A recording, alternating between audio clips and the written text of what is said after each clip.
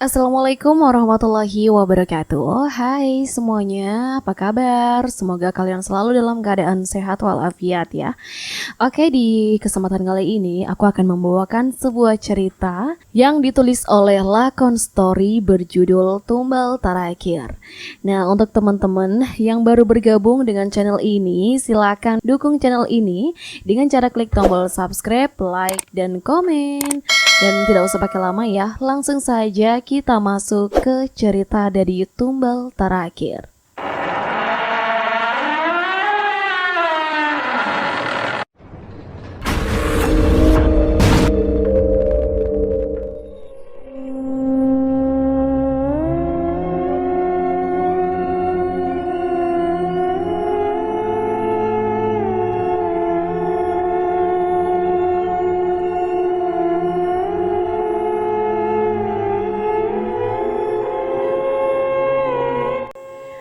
Satu April 1992, pukul 9 malam.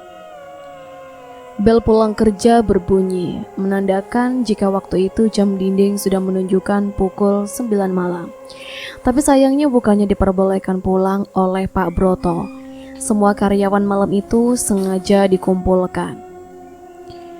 Sekarang semua karyawan wajib tinggal di mes pabrik ini yang sudah saya sediakan di bagian belakang pabrik. Tidak ada lagi yang boleh pulang dan tidak ada lagi yang boleh keluar. Waktu pulang hanya saat lebaran dan libur saja. Selain itu, semua karyawan wajib menginap. Mohon pengertiannya agar pabrik kita bisa segera kembali berjaya seperti dulu, ucap Pak Broto yang waktu itu terlihat berdiri tepat di hadapanku dan semua rekan kerjaku. Shh, yuk, kenapa ya? Kenapa kok yang disisakan di pabrik sekarang hanya perempuan sih? Yang laki-laki semuanya dipecat. Kamu ngerasa aneh gak sih? Ucap Ningsih yang saat itu berbisik pelan ke telingaku di tengah-tengah Pak Broto yang masih menjelaskan peraturan pabrik yang baru. Sudah, diam saja. Nanti kalau kedengaran Pak Broto, kamu malah dimarahin, sahutku pelan. Sepertinya kedepannya kerja di sini semakin berat deh. Keluh Ningsih yang terus saja berbicara tidak berhenti. Mendengar hal itu, aku pun mencoba tetap diam dengan tidak sekalipun menghiraukan ucapan Ningsih. Jangan lupa, mulai saat ini tidak boleh membawa dan membeli makanan dari luar. Semua makanan yang kalian makan wajib dari dalam dan dimasak oleh Mbok Inem. Jangan memutar musik religi dan jangan sekali-kali membuka ruangan isolasi yang ada di bagian paling ujung mes pabrik ini. Ditambah, pabrik ini tidak saya sediakan musola. Jadi lebih baik jangan sholat dulu biar kalian bisa fokus bekerja. Jika kalian bersedia mematuhi peraturan yang baru di pabrik ini, silakan lanjut. Dan gaji kalian akan saya naikkan 2 kali lipat. Tapi jika kalian keberatan dengan peraturan yang ada, silakan bilang saja dan kalian boleh pergi dari sini, teriak Pak Broto dengan nada yang terdengar lebih tinggi. Mendengar hal itu, semua karyawan, termasuk aku, hanya diam dengan tidak ada satupun yang terdengar berbicara ataupun bertanya. Bahkan setelah aku lihat lagi, mereka karyawan sepertinya terlihat cukup bahagia karena mendengar kabar jika gaji kita akan dinaikkan menjadi 2 kali lipat jumlahnya. Dan singkat cerita, setelah pertemuan malam itu, tepat sekitar 20 karyawan yang tersisa termasuk aku, memutuskan untuk terus bekerja dan tidak lagi keluar dari area pabrik kecuali hari libur telah tiba. Kini semua karyawan ditempatkan di mes pabrik yang telah disediakan. Bangunan mes tersebut terbilang cukup sederhana dengan 10 kamar yang berdiri berjejer memanjang ke belakang. Setiap kamar ditempati oleh 2 karyawan dengan kamar mandi yang berada di luar dengan cukup jauh letaknya. Dan karena di situ aku paling dekat dengan Ningsih, akhirnya aku pun memutuskan untuk tinggal sekamar bersama Ningsih di bangunan mes paling depan.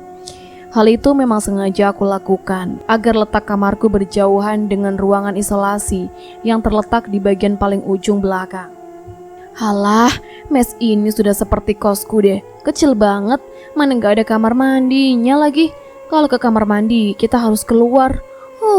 Mending di kosku deh, lebih besar dikit, kamar mandinya udah di dalam pula. Keluh Ningsih dengan mulai berbaring tepat di sampingku. Pikiranku kok nggak enak ya. Sejak dipimpin Pak Broto, kerja di sini jadi kurang nyaman. Pak Broto galak banget. Semua bahan minta dikurangin. Akhirnya kualitas produk kita berkurang. Ya wajarlah kalau pabrik kita perlahan bangkrut, ucapku dengan mulai memikirkan keadaan pabrik tempatku bekerja tersebut. Kalau hal itu aku nggak mau mikirin sih. Aku malah mikir keadaan sekarang. Kita nggak disediain musola.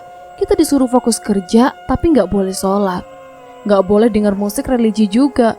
Dan kalau kamu teliti, lihat semua karyawan yang dipertahankan. Semuanya masih perawan, termasuk kita. Aku jadi takut kalau nanti kita diperkosa. Imbu Ningsih dengan raut wajahnya yang terlihat serius dengan perkataannya. Makanya kita harus saling jaga. Kalau ada apa-apa, kita saling bantu. Jangan diam saja. Dengan begitu, insya Allah kita akan baik-baik saja. Sudahlah, gaji kita juga naik kan? Kita coba saja dulu. Nanti kalau kita nggak betah dengan pabrik ini, ya sudah, kita mundur saja. Gitu saja kok repot. Jawabku dengan mataku yang mulai kupejamkan karena waktu itu aku sempat ngelirik ke arah jam dinding yang sudah menunjukkan pukul 11:30 malam. Hingga akhirnya malam itu pun berlalu begitu saja. Keesokan harinya, aku dan semua karyawan pun bekerja seperti biasanya. Karena saat itu, karyawan yang tersisa hanya sedikit. Akhirnya membuat pekerjaanku semakin banyak saja. Dan puncaknya, setelah sekitar 2 bulan lamanya, keadaan pabrik yang sebelumnya cukup terpuruk, waktu itu tiba-tiba kembali ramai tidak terkira. Pesanan produk yang sangat banyak jumlahnya, ditambah jangkauan pesanan yang semakin luas, membuat pekerjaan yang sebelumnya terasa berat, waktu itu sudah terasa semakin menyiksa. Jam kerja yang sebelumnya hanya 9 jam, waktu itu perlahan menjadi selalu lembur, tidak karuan, yang akhirnya membuatku pukul 11 malam. Selalu baru saja kembali ke mes. Dan disitulah tidak hanya aku, semua karyawan di pabrik tersebut terlihat cukup keheranan dengan keadaan yang ada. Karena kami pun tahu, jika produk di pabrik tersebut waktu itu bisa dikatakan sangat buruk kualitasnya. Produk minuman kita ini kan gak enak ya, kok bisa laku? Ucap para karyawan lain yang terdengar keheranan dengan keadaan yang ada. Aku pun fokus bekerja, dengan kini aku yang bisa dibilang sudah semakin sibuk saja. Dan di sela-sela kesibukan itulah, akhirnya aku mulai melihat jika sepertinya pabrik tempatku bekerja itu mulai menampakkan keanehannya. Di setiap sudut pabrik, aku selalu melihat adanya sesajen yang terlihat selalu baru, entah siapa yang menatanya. Dan tidak hanya itu, ceker ayam hitam yang terlihat menggantung di beberapa pintu pabrik sempat membuatku curiga apa yang sedang dilakukan oleh Pak Broto sebenarnya. Tapi di situ karena aku memilih untuk fokus bekerja dengan tidak mau menghiraukan semuanya. Akhirnya aku pun mencoba cuek dengan keanehan yang ada. Hingga akhirnya malam itu pun tiba. Benar sekali, malam itu untuk pertama kalinya aku mulai menyadari jika sepertinya pabrik di tempatku bekerja tersebut sedang dihuni oleh makhluk tak kasat mata. Masih sangat teringat jelas di kepalaku. Malam itu, sekitar maghrib tiba, aku melihat Pak Broto yang sebelumnya jarang sekali keluar dan selalu ada di ruangannya. Waktu itu, tiba-tiba terlihat berjalan ke arah ruangan isolasi yang berada di bagian belakang pabrik. Ruangan isolasi tepatnya berada di samping ujung mes karyawan. Dan tidak hanya berjalan, waktu itu aku juga melihat Pak Broto membawa seperti bunga dan beberapa sesajen yang sangat banyak jumlahnya. Pak Broto kok masuk ruangan isolasi dengan membawa sesajen ya? Jangan-jangan Pak Broto ini menyembah setan, pikirku dalam hati. Tapi sayangnya belum selesai aku memperhatikan langkah Pak Broto. Waktu itu aku dikejutkan dengan Mbok Inem yang sepertinya beliau juga mengetahui jika aku sedang memperhatikan Pak Broto. Jangan mikir macem-macem, Pak Broto memang begitu. Dia orang Jawa Tulen, jadi suka selamatan adat untuk menghormati leluhur. Semuanya dilakukan agar pabrik ini tetap bisa berjalan dengan baik, ucap Mbok Inem dengan melangkah pelan lewat begitu saja di depanku.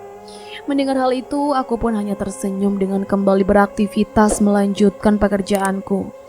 Dan akhirnya, waktu berlalu begitu saja. Malam harinya ketika semua pekerjaan telah selesai dan aku sudah berada di dalam mes untuk beristirahat. Bukannya segera tidur. Waktu itu, aku tiba-tiba tidak bisa tidur seperti biasanya. Mata yang biasanya selalu mengantuk jika selesai kerja, waktu itu sama sekali nggak ngantuk. Bahkan aku juga sempat melirik ke arah jam dindingku yang waktu itu sudah menunjukkan pukul 1:30 dini hari. Aku hanya diam di dalam kamar dengan sesekali memperhatikan Ningsih yang waktu itu sudah tertidur dengan lelap. Dan disitulah, di sela-sela aku diam di dalam kamar, tiba-tiba aku mendengar suara langkah kaki yang terdengar berjalan melintas di depan mes. Suara langkah kaki tersebut terdengar bebarengan seperti layaknya suara rombongan banyak orang. Mendengar hal itu, perasaanku pun seketika keheranan. Karena aku pun tahu, selama ini gak ada orang lain selain kami para karyawan yang memiliki akses ke area tempat mesku. Loh, kok ada suara orang lewat sih?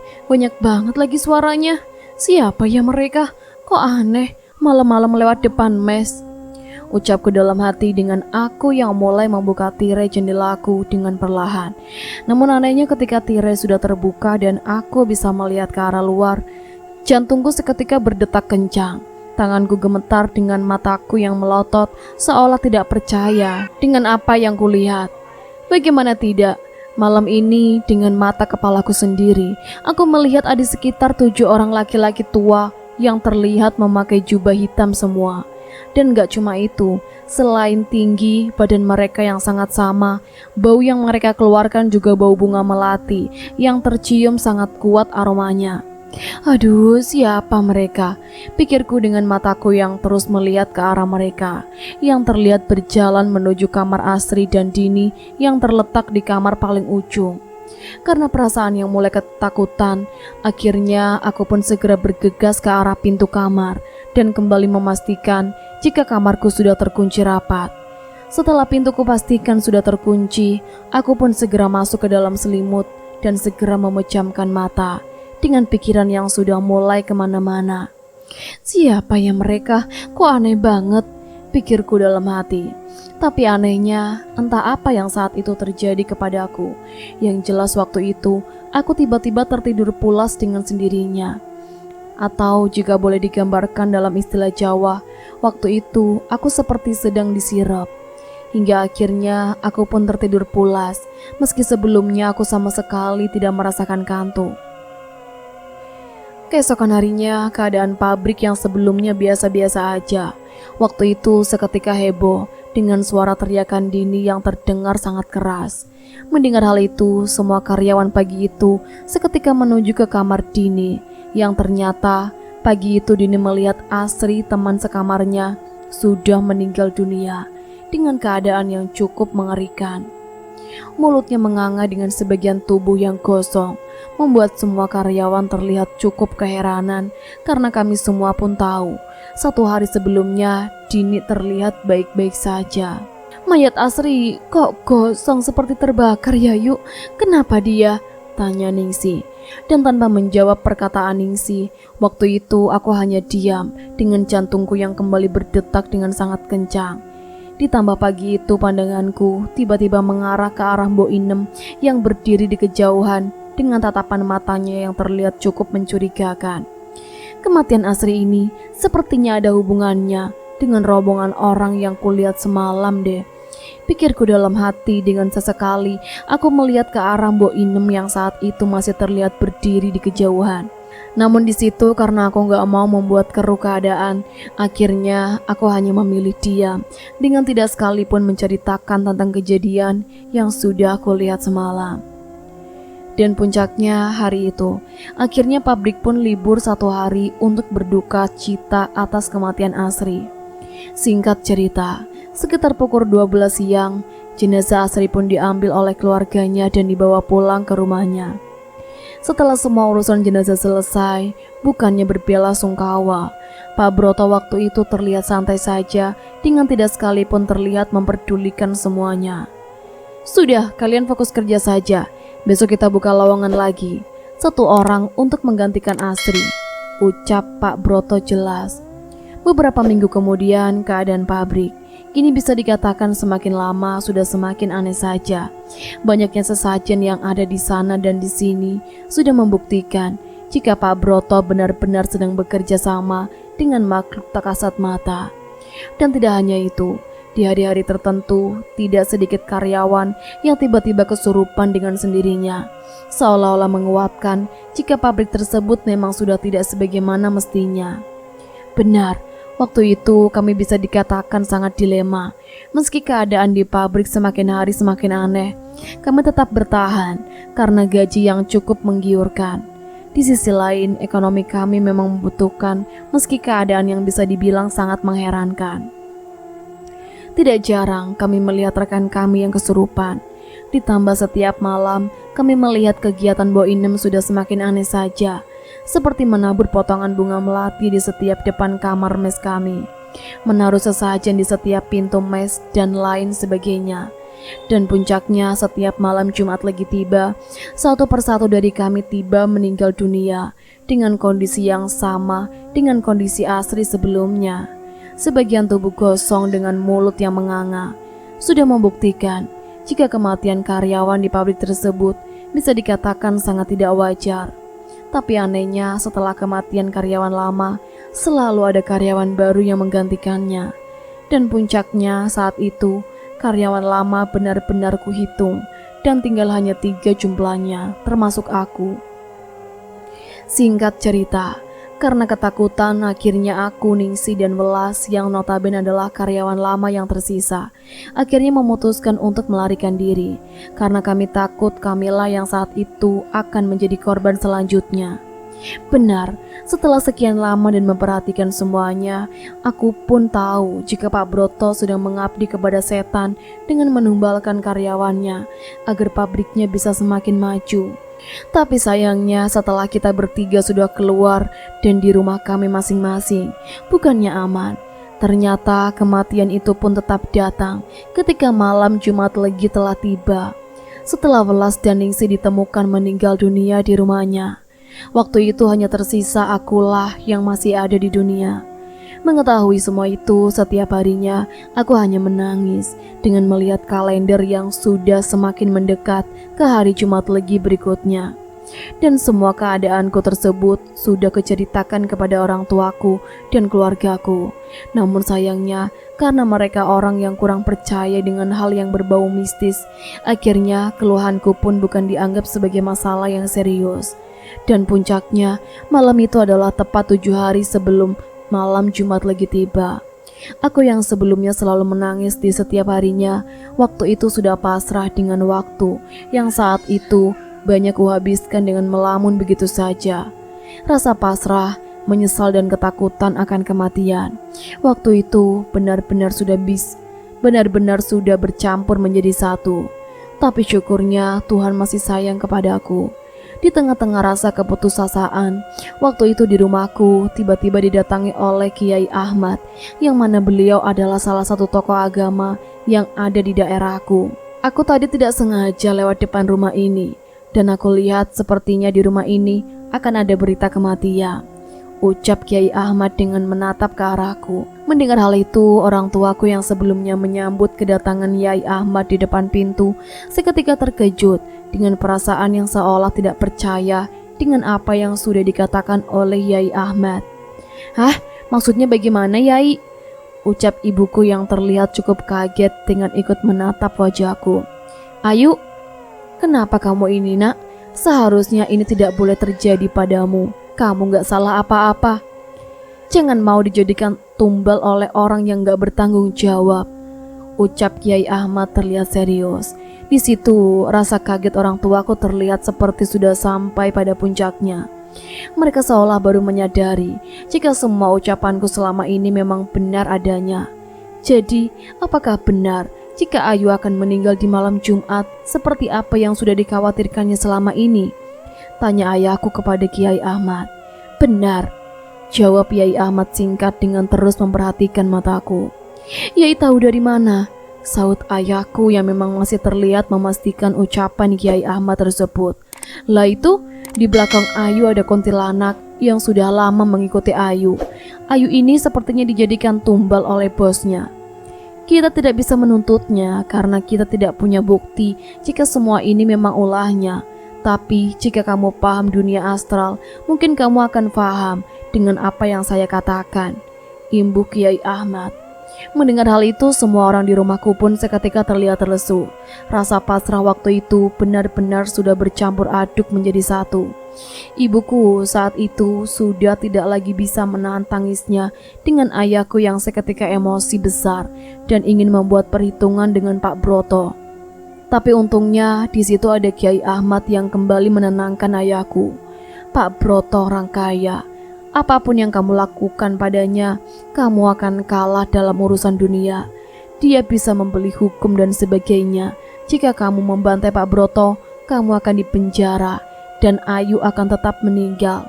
Yang benar Pak Broto sendirilah yang harus bertanggung jawab atas semua kejadian yang ada.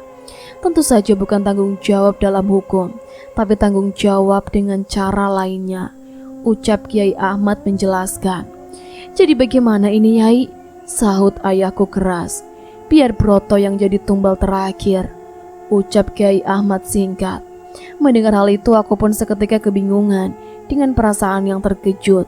Karena bersamaan dengan itu pandanganku teralihkan dengan adanya Mbok Inem yang saat itu tiba-tiba terlihat sudah ada di depan rumahku. Dan tidak hanya itu, di tangan Mbok Inem, aku juga melihat adanya beberapa sesajen yang terlihat di bawah di tangannya. Namun anehnya, belum sampai aku mengatakan kepada kedua orang tuaku jika waktu itu ada Mbok Inem. Kepalaku yang sebelumnya baik-baik saja, waktu itu tiba-tiba terasa pusing tidak terkira. Pandanganku kabur dengan seluruh badan gemetar seperti orang yang sedang merasa kedinginan. Dan puncaknya waktu itu, keadaan tiba-tiba gelap dengan diiringi suara berdengi dengan sangat kencang. Hingga akhirnya beberapa saat setelah itu, mataku pun kembali. Kubuka yang anehnya, waktu itu aku tiba-tiba sudah tidak berada di rumahku seperti sebelumnya. Ketika aku membuka mata, tiba-tiba aku berada di sebuah hutan belantara. Dan tidak hanya itu, di hutan tersebut dengan mata kepalaku sendiri, di kejauhan aku melihat ada beberapa rekan kerjaku yang sebelumnya sudah meninggal dunia. Aku pun juga masih ingat, waktu itu aku juga melihat adanya Ningsih yang terlihat berjalan melamun dengan tidak sekalipun mengenakan pakaian yang melekat di tubuhnya. Benar, waktu itu aku sempat merasa jika aku sudah meninggal dunia, Mas. Karena di situ aku melihat semua rekanku yang sebelumnya sudah meninggal dunia. Semuanya tidak ada yang mengenakan pakaian. Wajahnya pucat, berjalan dengan tatapan kosong. Mengetahui semua itu, aku pun menguatkan diriku dengan berjalan lebih mendekat agar aku bisa melihat apa yang sedang mereka lakukan. Tapi sayangnya, belum lama aku melihat semua. Tiba-tiba aku mendengar suara Kiai Ahmad yang terdengar seperti sedang memperingatkanku. Bali onduk, ojo melok merono, bali oh, ucap Kiai Ahmad lirih yang terdengar juga dari kejauhan. Di situ perasaanku sudah campur aduk tidak karuan. Rasa sedih dan takut waktu itu sudah benar-benar bercampur menjadi satu. Aku bingung harus berbuat apa karena waktu itu aku sebenarnya juga tidak mengetahui aku sedang ada di mana. Hingga akhirnya ketika aku masih kebingungan, tiba-tiba aku merasa ada air liur yang menetes di pipiku yang telah kutoleh ke atas. Tepat di atasku ada sosok berbulu lebat yang berdiri besar di belakangku. Dan tidak hanya itu, sosok berbulu tersebut terlihat mengeram seperti sudah siap menerkam. Sosok tersebut cukup tinggi, matanya merah dengan seluruh tubuh dipenuhi bulu layaknya gorila. Dan tidak hanya itu, di sudut lain di antara rerumputan, aku juga melihat adanya perempuan berwajah hancur yang membawa tali besar yang dililitkan di lehernya. Mengetahui semua itu, rasa takutku rasanya sudah sampai pada puncaknya. Aku berteriak histeris dan berlari ke arah sumber suara Yai Ahmad yang waktu itu memang masih terus terdengar perlahan. Hingga akhirnya setelah berlama berlari, aku tiba-tiba dikejutkan kembali dengan adanya Mbok Inem yang terlihat sedang menghadang jalanku. Dan tidak hanya menghadang, waktu itu di tangan Mbok Inem, aku juga melihat sebuah tali yang sama seperti yang sudah kulihat dibawa oleh sosok perempuan berwajah rusak sebelumnya. Karena aku menganggap jika Mbok Inem juga berbahaya, akhirnya aku pun kembali berlari menjauhi dengan teriakan dan tangisan yang sudah tidak bisa lagi kutahan. Dan disitulah ketika aku masih terus berlari di tengah-tengah tingginya rumput, aku tiba-tiba seperti dibekap oleh seseorang yang akhirnya pandanganku kembali gelap seperti sebelumnya. Beberapa lama kemudian, perasaanku yang sebelumnya kacau, waktu itu perlahan mulai sedikit lega. Karena ketika aku membuka mata, aku tiba-tiba sudah berada di rumah Kiai Ahmad dengan keadaan yang sangat membingungkan. Rambutku acak-acakan dengan mulutku yang terasa wangi, melati, seperti halnya orang yang telah memakan bunga melati. Dan tidak hanya itu, di rumah Kiai Ahmad waktu itu, aku juga melihat adanya kedua orang tuaku dengan tatapan matanya yang terlihat sangat khawatir, tidak terkira. Dan disitulah rasa sedihku rasanya sudah sampai pada puncaknya. Aku menangis dengan tanganku yang memeluk ibuku dengan tidak henti-hentinya. Aku mengucapkan maaf jika selama ini aku sudah banyak berbuat salah dengannya. Sudah, Nduk, semuanya sudah selesai, ucap ibuku pelan. Mendengar hal itu, aku pun terkejut dengan kembali menanyakan maksud dan perkataan ibuku tersebut. Maksudnya bagaimana, Bu? Tanyaku bingung. Broto sudah meninggal dunia kemarin malam, imbu ayahku dengan santainya. Loh, sekarang apa sudah lewat malam Jumat? Sahutku. Kamu sudah kerasukan 1 minggu lebih lamanya. Aku juga khawatir kamu gak bisa kembali lagi. Tapi syukurnya akhirnya kamu bisa sadar, terang Kiai Ahmad jelas. Mengetahui semua itu, tubuhku kembali lemas. Jantungku berdetak kencang dengan perasaan yang sudah tidak karuan. Bagaimana tidak, waktu itu aku hanya merasa sebentar saja tersesat di hutan. Tapi anehnya, menurut orang-orang, aku sudah 1 minggu lamanya tidak sadarkan diri. Dan puncaknya, aku pun menangis terseduh-seduh di pangkuan orang tuaku dengan rasa syukur yang sangat luar biasa. Karena saat itu, aku merasa sudah berhasil melewati semuanya. Dan beberapa hari setelah itu, aku pun kembali menanyakan tentang kematian Pak Broto dan apa yang sebenarnya sedang terjadi kepadaku waktu itu. Tapi sayangnya, bukannya menjawab dan menjelaskan, ibu dan ayahku terlihat diam seperti sedang menyembunyikan sesuatu dariku. Apa yang sebenarnya terjadi padaku dan bagaimana kematian Pak Broto? Sampai saat ini aku masih tidak tahu. Tapi kali ini aku bertanya kepada orang tuaku. Mereka selalu menolak memberikan keterangannya. Akan tetapi menurut berita yang kudengar dari orang-orang, kematian Pak Broto terjadi karena ulahku. Kini setelah semuanya selesai, aku berharap jika tidak ada lagi pabrik atau perusahaan yang melakukan hal seperti itu lagi. Dengan adanya cerita ini, semoga menjadi pelajaran agar kita bisa lebih berhati-hati lagi. Oke teman-teman, jadi itulah tadi akhir cerita dari Tumbal Terakhir. Semoga dengan adanya cerita ini kita bisa mengambil hikmah dan pelajaran ya. Aku akhiri dulu sampai di sini ceritanya. Sampai bertemu di ceritaku selanjutnya. Wassalamualaikum warahmatullahi wabarakatuh.